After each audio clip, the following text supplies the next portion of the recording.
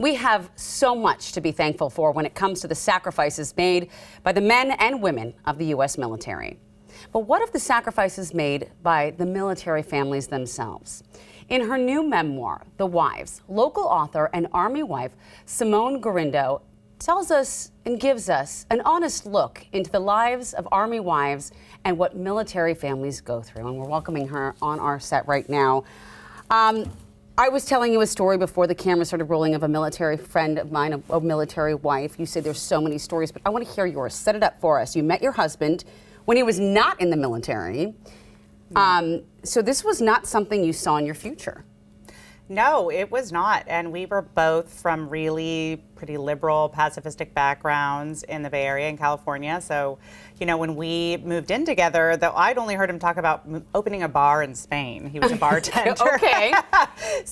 But we moved in together, and I mean, maybe a few weeks later, he just said, sometimes I think about joining the military. Okay. And I said, I would leave you. It just came out of my mouth because I was so stunned. But it, you know, 2 years went by that he didn't mention very much about it again, and then it came up, and it became clear it was really a conviction and a calling and something he couldn't not do. Wow. So 2 years later, I guess, you got a budding writing career in New York, and now you're a newly minted Army wife. So what happened next? You moved to Georgia, and then what happened? We moved to Georgia, and then 2 weeks later, he deployed to Afghanistan. And I did not know anybody except for the woman across the street, Rachel, who was also a new wife. Her husband also deployed to Afghanistan, and we went to the deployment drop-off together, and so we saw each other cry before we knew anything about each other. Oh.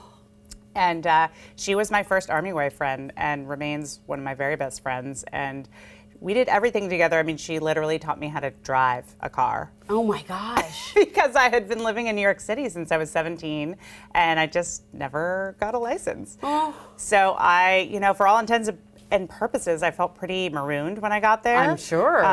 But thank God we had each other, and we really kind of came up in the ranks together. Were you on base as well? We were not, actually. Okay. We so lived then you don't off have of that base. support either. Right, you don't have that support, but we were lucky in that we lived in these identical brick houses, literally across the street from each other, and we did not know anyone. And so, as you do in a situation where you're just kind of thrown together in a really tough situation that you have never been in before, we clung to each other, even though we were different in a lot of ways. I don't know, I'm like on the verge of tears thinking about all of the military wives that band together and help each other and help raise each other's kids and help do all these things when, and fathers too, who are behind as their wives are off at war. So the military spouses, the wives specifically, which is what you're writing about, what do they go through together? What is that experience like? I know, beyond the dropping off at deployment and the first moments.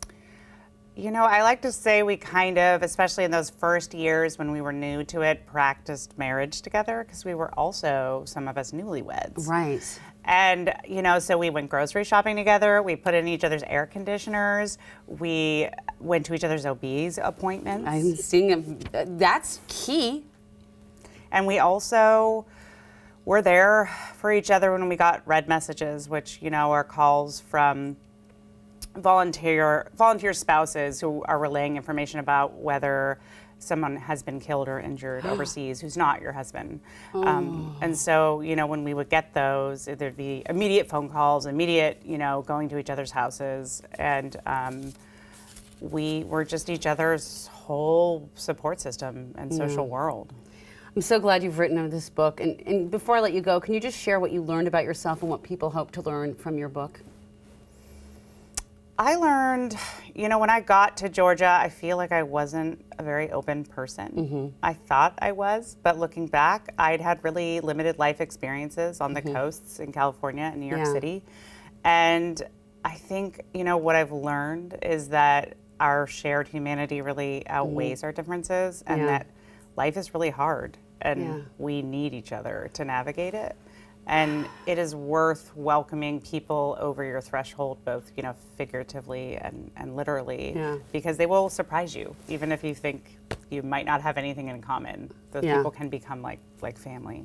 Simone, thank you so much for the sacrifices you've made, for that of your family as well.